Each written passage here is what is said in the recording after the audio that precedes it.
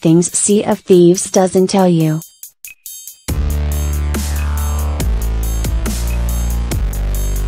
Not a lot of things are explained to you when you arrive in the Sea of Thieves. You're given a few weapons and some direction about what you're supposed to be doing, but that's about it. We've gathered some of the biggest things Sea of Thieves doesn't tell you. Additional weapons available immediately. Starting your adventure in Sea of Thieves, you'll be equipped with a Cutlass and Pistol. If you check out the weapon shop, you'll find there are also Blunderbuss and Eye of Reach weapons, but they're pretty expensive. Not to worry, they already exist in your armory. Check the locker outside of the weapon ship or next to the captain's table on your ship, and you can swap out either sword or pistol for the other two weapons, but you can only carry 2 weapons at a time. Choose wisely to help fulfill a role for your crew. It's also worth noting that your weapon loadout will default back to sword and pistol each time you log back in. Treasures in the wild. While your main source of income and questing comes from voyages, there are other secrets to uncover while exploring. Not only can you find treasure chests and skulls, but smaller items exist as well, and they will glint in the sunlight when scouting places from afar. Certain items that can be found are not tied to voyages, but the treasure will still go to one of the 3 trading companies. These items can either be found while exploring islands and beaches, or delving into shipwrecks scattered across the sea. Look for the gulls circling the air.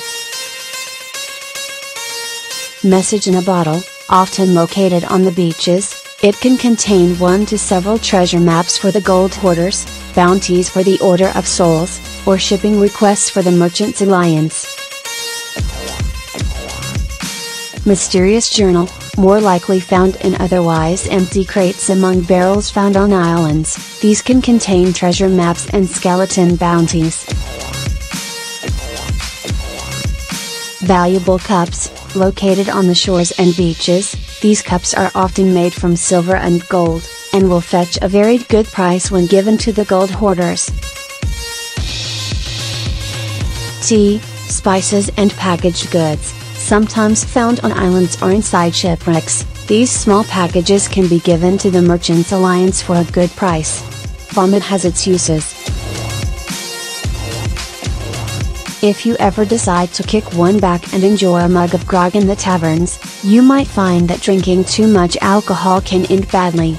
However, it can end even worse for your enemies. Drink too much, and you start staggering about spewing vomit. If it hits another player, they'll be blinded and disoriented for several moments. This might not be the most effective strategy in the world, but it is a hilarious one. A banana day keeps drowning at bay. This may not make much sense, but when swimming underwater, you don't have a separate air meter. After about a minute or so of swimming, your vision will start to blur and you'll start taking slow damage over time as you slowly drown. However, chugging a banana during this can stave off drowning by precious seconds since both use the health meter. Since you can hold 5 bananas at a time, and often find more in shipwrecks, you can stay underwater a lot longer than normally possible if you keep eating while swimming. Doubtless you may have heard whispers of the legendary Kraken, but knowing when it will strike can prepare you for the worst. As of writing, it appears that the Kraken has not appeared to anything less to a fully manned galleon, though once it appears, other smaller ships can join the fight. You might be able to breathe a sigh of relief if manning a sloop. Combat in Sea of Thieves can be a bit simplistic, as sword fighting usually consists of 3-slash combos with a big knockback at the end. However, you can also hold down the attack button to charge up a strike that will send you dashing at the enemy in a lunge. If it connects, it will easily destroy most regular skeletons, and clear out groups if you can hit them huddles together. Be wary, if you're be winded and unable to keep move or defend yourself for several moments.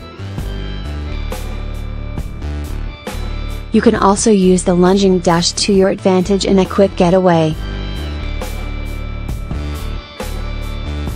If standing on a ledge over a cliff, you can use the dash attack to fly off the ledge into the water, and the momentum will send you shooting forward, allowing you to get back to your ship all the faster.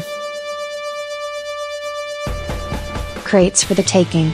Not only can you find treasure chests and skeleton skulls stashed away sometimes on big islands, but you can also find empty crates. Some are specific animal crates, even if you don't have a voyage to collect that animal, and even if they aren't even located on that island. You can still go off and use the crate to capture the animal elsewhere and turn it in for extra cash while fulfilling other objectives. The mystery of the stranger. You might have noticed the shady looking guy at the back of the tavern you start your adventures in. He speaks in riddles, and will beckon you to return once you've reached level 5 in reputation with each of the trading companies. This sounds really intriguing, until you come back and are rewarded with another riddle, telling you to come back when you've hit level 10 with all factions. And again at 15. It would appear the mysterious stranger may be the gatekeeper for becoming a pirate legend, perhaps when you've maxed out your reputation levels at 50 for each faction.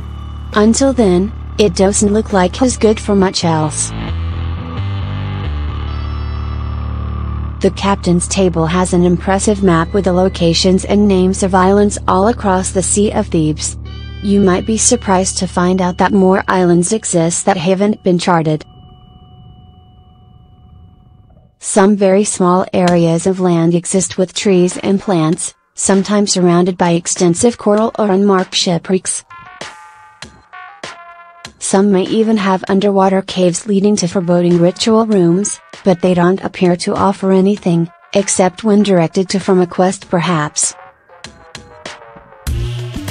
Sea of Thieves can be a goofy game, and while the ships react fairly realistically in the ocean, your guns don't have to follow these rules.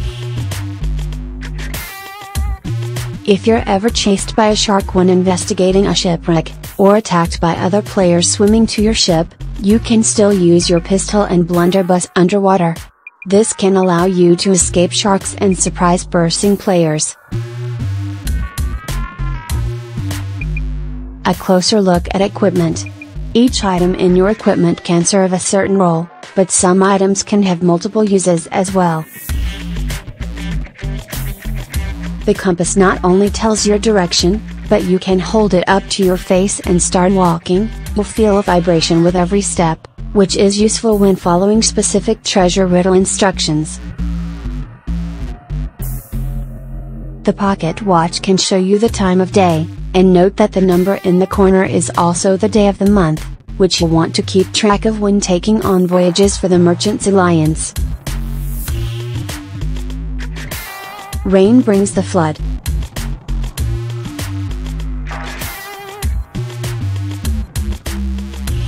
If you ever check out the loot in your ship's hold and find it waterlogged, you may want to check the weather before checking for holes. In stormy areas, the constant downpour of rain will eventually run into the hold. Thankfully, it will never be enough to sink your ship, but you won't be able to fully clear it out, and it can be compounded with actual damage to your ship to sink that much quicker. Voyages can be risky business. When you have a voyage in your inventory, it will stay with you until you are able to vote on it on your ship with your crew. But once a voyage is active, losing your ship before finding the loot means having to have a mermaid resurrect it, and respawning with it will erase your current maps and objectives. However, there is a trick around this. If you're on an island in search of treasure and your ship is smashed to pieces, Be sure to find the treasure first, even if you only partially dig it up. Once the treasure appears in the world, it will be real for all players to grab, which means you can resurrect on another island with your new ship, and quickly sail back to resume treasure hunting.